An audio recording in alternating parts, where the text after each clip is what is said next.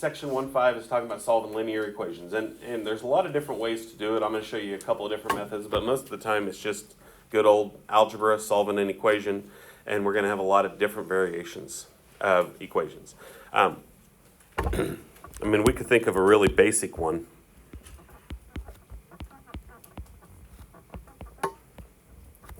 (2x plus 3 equals 5), right? That's one that we've solved all the way going back to Algebra 1. Our goal is to get x by itself. We're trying to figure out what value can we plug in for x to make this true, and our goal is always to do the opposite operation, okay? Now, this is a really basic one. We're going to see some today that are going to be a lot bigger, a lot harder, a lot of different variations of these. But my first step here would be subtract 3 from both sides, and then divide by 2. One of my favorite things about equations is you can always check your answer. And we can't always check every single answer, but on equations, anytime you have an equal sign, you can always check your answer, because I can take 1, I can plug it back in for x, 2 times 1 is 2, 2 plus 3 is 5, boom, okay? And so especially on a quiz or a test, then I would highly encourage you to always check, okay? There's always, especially when the equation's bigger, longer, there's always ways that we can make mistakes.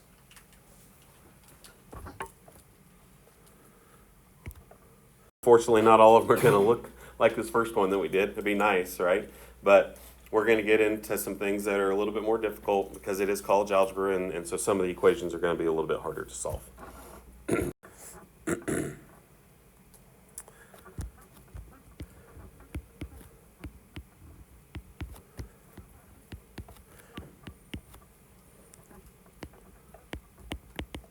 I'm going to show you two methods, and sometimes there would be a reason why. Maybe it would be better to do the second method. You probably haven't even really done the second method much, but one way is strictly doing this by hand, and the other way is to use our graphing calculator to kind of help us, okay? And so I'm going to show you kind of what you could do here to solve this equation. First of all, by hand would be similar to what we've done before. We have a variable on both sides. So we want to get our x's together. Typically, I'll subtract the one that's a little bit smaller. So 2x is smaller than 3x. So I always like to get my x's on the same side first, and then do the constants. And so then we'll move 5 to the other side. And we can kind of combine 2 steps into one, and we end up getting x equals 6. Okay. And once again, we could check it, right? I could do 3 times 6 is 18, 18 minus 5 would be 13, 2 times 6 is 12, 12 plus 1 is 13, okay? And so then we verify that both sides are equal, so this does work. So what's another way? What's the second method? Well, the second method is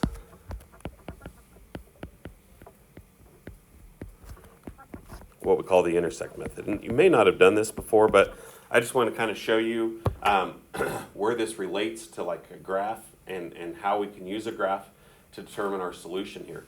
I'm going to put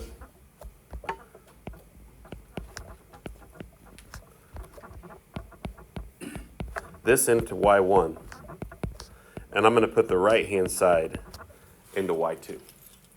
And we're going to graph these, and then we're going to show you how you can get the same solution. So we've talked about graphing before, but now what we're looking is where do these two lines, they're both linear, where do these two lines cross at? So if you get your calculator out, let's graph those two linear equations. Was x equals 6, right? And when we plug 6 back into both sides of this equation, we got 13. So that's where it kind of relates to what we're doing. And so the x value is all that we're really looking for here. We get an ordered pair of 6, 13, but x equals 6 is the value that makes those two equations true. And the value that they would both be then would be 13. So that's where the ordered pair would come into play. Why would I use this method versus method 1? Because this is the way we've always done it, and probably method 1 is going to be our go-to. I'll show you one situation where I might use the calculus. and graph it.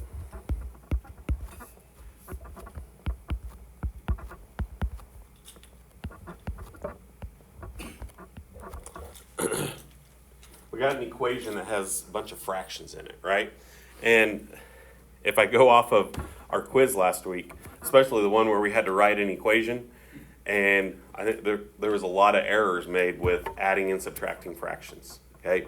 And your calculator will do that, but that was probably where we made the most mistakes, was added fractions wrong because we didn't get a common denominator or we didn't use the calculator the right way. So for me, I would say this would be a really good way to graph this and see where they cross at, okay? So once again, now you might say, well, the left-hand side has an x in it and the right-hand side doesn't.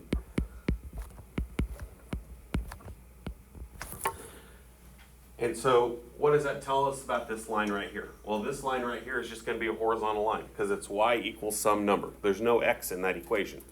So it's going to be a horizontal line and then some line with a slope to it that are crossing.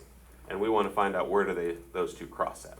Okay? So for me, I would think this would be a great opportunity to use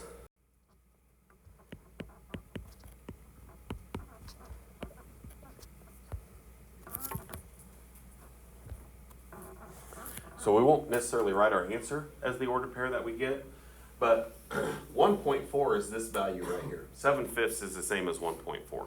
Okay? So really what we're saying is what value of x will make this equal 1.4. And this would be the value that we're looking for. Okay? So can you still do this one by hand and add 1 and then divide by 3/4? You could.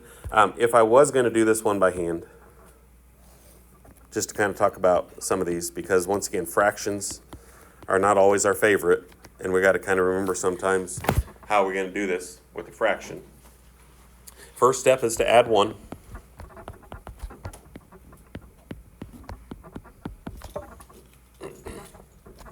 If I would add 7/5 and 1, what would that become? 7/5 plus 1. 12/5, right? Because 1 is really 5/5 if we get a common denominator. So then we'd be adding 7/5 and 5/5, which is 12/5. Okay, and I know that you can use your calculator on this, but what would be the best way to get rid of the 3/4 over here?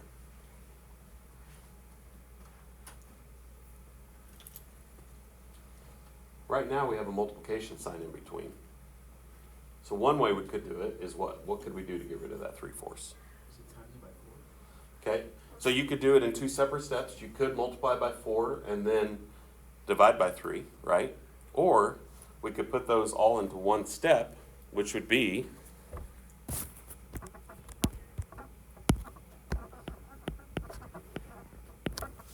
multiply by its reciprocal. Okay, so whenever I have a fraction, I could simply multiply by its reciprocal. And we get 48 over 15. Okay. Anyway, so well, those are 2 different answers. The only difference is this one's written in fraction form, that one's written in decimal form. They are the same thing, just a little bit different format.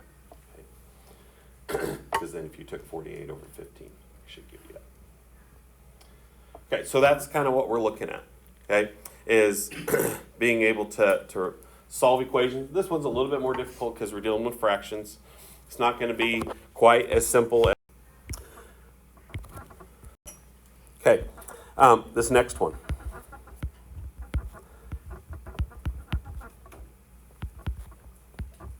A couple things on this one I like to talk about, kind of give you some different types of equations, just because there's common errors that are made. And we're going to see problems like this as we go through the rest of the chapter, especially on the test on Friday.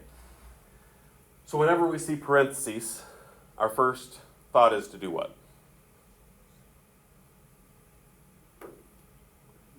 Distribute, right? If we got a number directly in front of the parentheses, our first thought should be, we got to distribute. So over here, it's not really that big of a deal.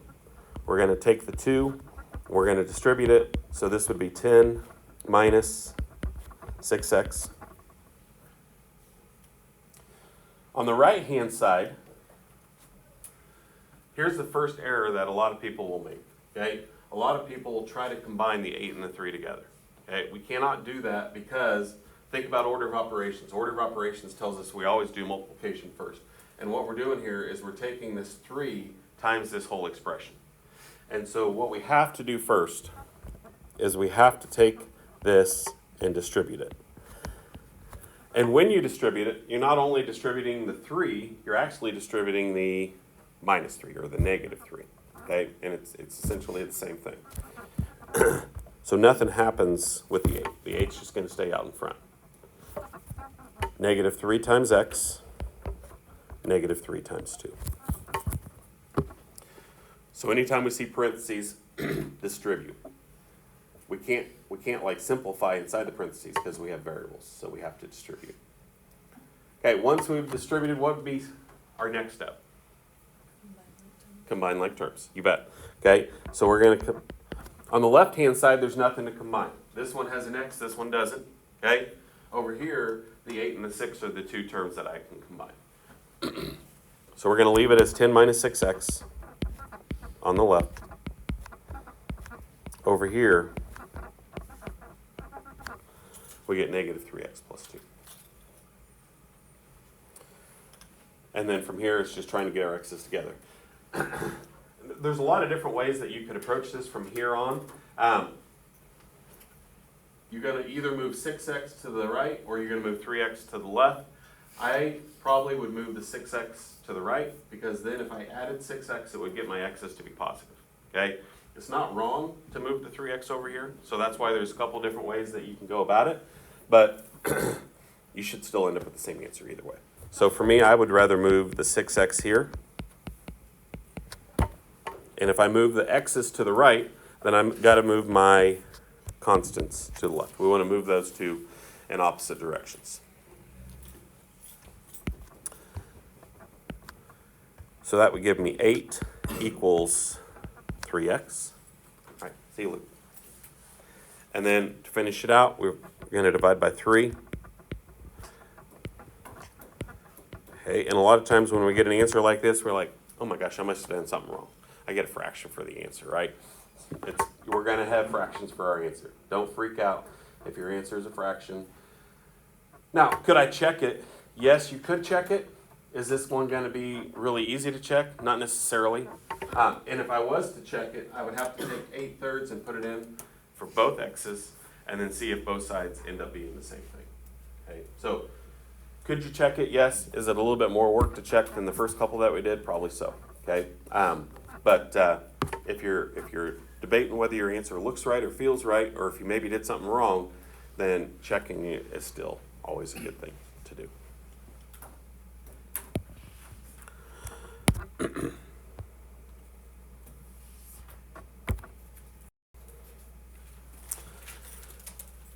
Okay, this next one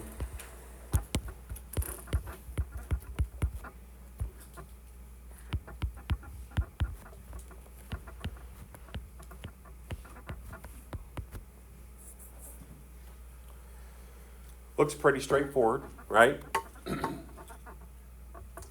But first thing we're going to do is we're going to try to get our x's together. And when we try to get our x's together, we're going to add 24x to both sides. And then look what happens. Both of my x's disappear because we had the same thing on both sides.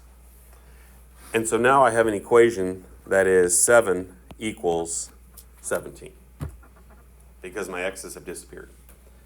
So we can't solve for x anymore, right? Because my x is gone. Now I look at what's left. Is that a true statement? Does 7 equal 17?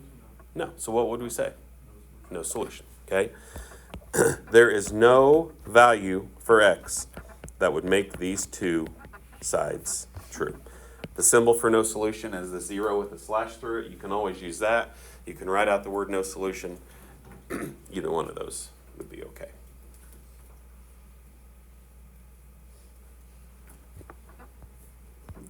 Okay, so that's one specific scenario, and if you were to graph that one, like let's say I put that into my calculator and graphed it, it would be 2 parallel lines because they would have exactly the same slope. I'm not going to graph that one because that wouldn't be probably one I would do on the graph anyway, but if you did graph it, there would be two parallel lines that would never cross, which also tells me no solution. There's no x value that makes those two sides true. Okay, so that's one type of special scenario or special situation or solution that we might get. Another one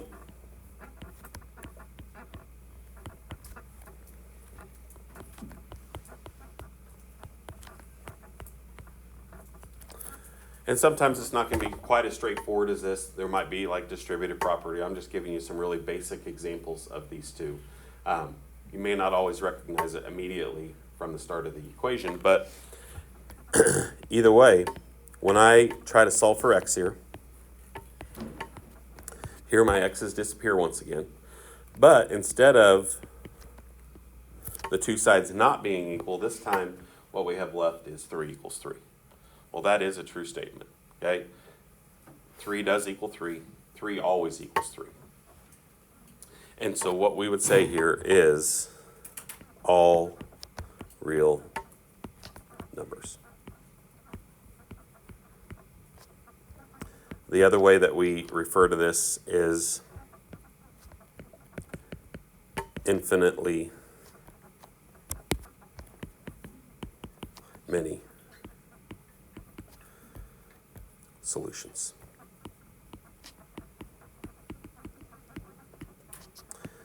Okay, and a lot of times I'll just write IMS to abbreviate that a little bit, infinitely many solutions, IMS.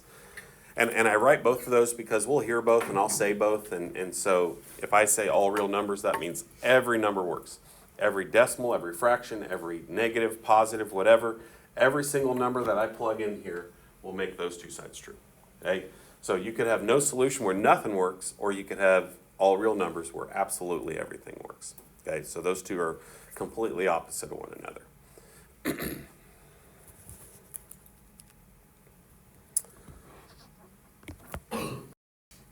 All right, the last one I want to do with you, we're going to have a couple of problems like this, both on the homework, and then I think we have one like this on the test as well.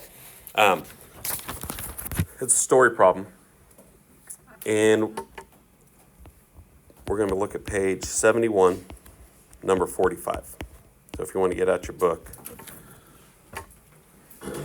Because it's a story problem, I think it's just easier for you guys to look at the scenario, and then we can talk about it. So page 71, number 45.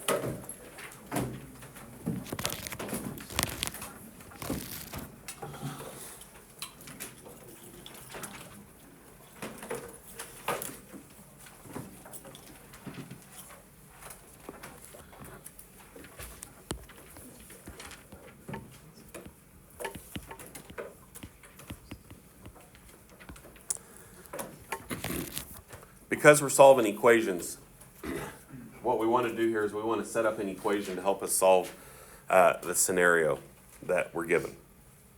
So this one talks about commission, okay? If someone works on commission, you guys know what commission means, what it looks like? Anybody ever heard of somebody that works on commission, or maybe have a parent that works on commission? You guys know what that is?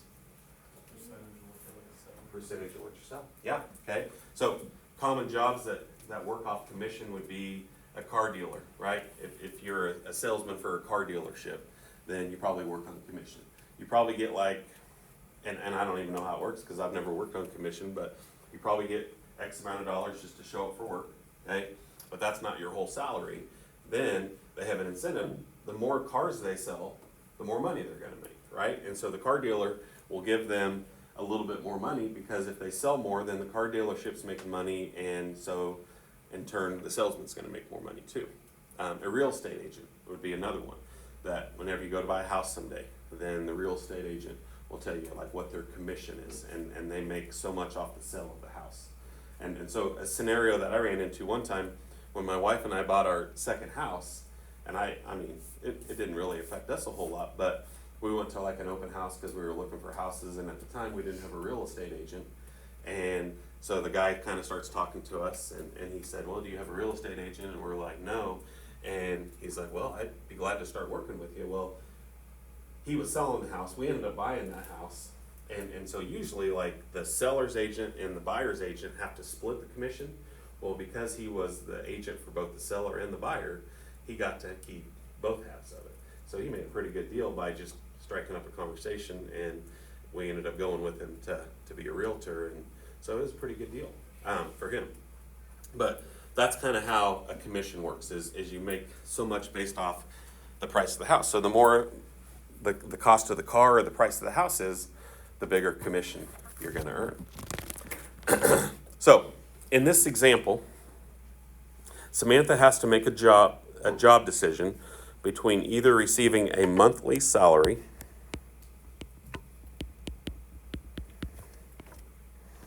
of $1,800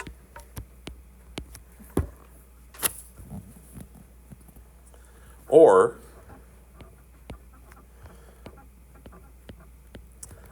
a base salary plus a commission. Okay, and the base salary is $1,600 plus a 4% commission. So she's not making quite as much as a base salary, but she has this little incentive that if she can sell some things, then she wants to be able to eventually beat this, right? So she needs to decide how much is she going to have to sell in order to beat this right here.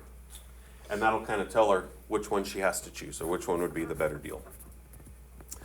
All right, so what we'll do here is we're going to say X is the amount of sales that she's going to have.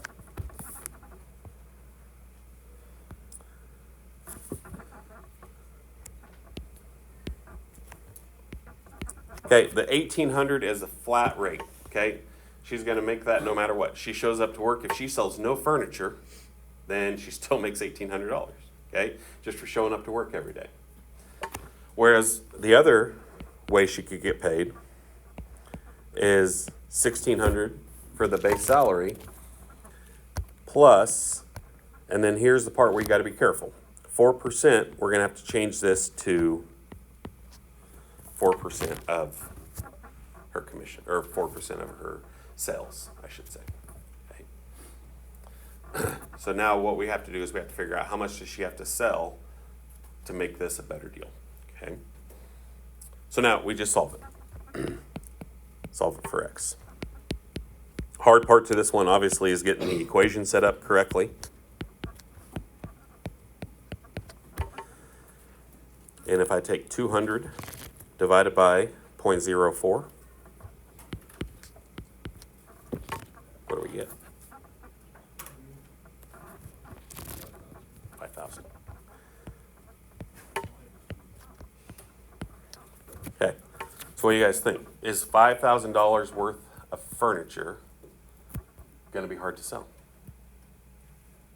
You guys probably haven't gone out and bought a lot of furniture before, but if you're selling furniture, right, then $5,000 in a month, would that be hard or not? Probably not, right? I mean, it depends on how big the store is. If the store is not very big and you don't have a lot of foot traffic coming in, it probably would be hard. But if it's a huge furniture store and you're there every day, selling $5,000 probably is not too bad. Okay, so, but that's where she kind of has to decide which one of those would be the better deal.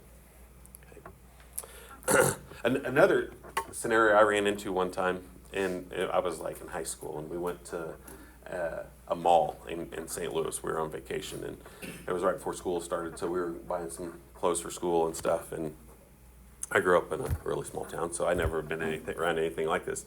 We went into the store, and I don't remember the name of the store at this point, but a guy had kind of like helped us find some sizes and some different things that we were looking for, and then he was like up checking people out, and there was like two different lines, probably more than that. There's probably like three or four different lines, and his line was really long, and then there was another line that wasn't quite as long.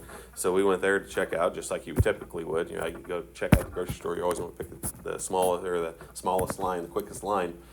And so as we're checking out with this other salesman, then he kind of like lets us have it. He's like kind of getting after us a little bit. Well, come to find out, he was on commission, and since he had like helped us like find some sizes and things like that, he was mad at us because we weren't checking out with him.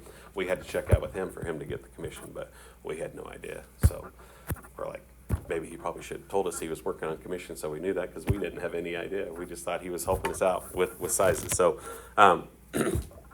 just if you're ever in a scenario like that, you know, and sometimes, and it wasn't a higher end store, which why, like, we would never shop at a higher end store, but that kind of made us wonder what in the heck was going on when he was getting after us a little bit.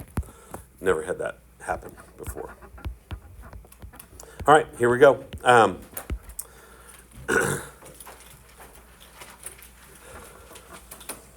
I changed this assignment a little bit different from the new textbook, and so the answer key is going to look just a little bit different because this section is one section that was changed slightly from the old book to the new book. So there's going to be some answers on the answer key that are there. I'm not assigning all of those problems. And then we're going to do number 46. So 5 through 30 by 5, and then number 46. Okay, so don't pay attention to the extra problems that are there. We're not going to worry about those for right now.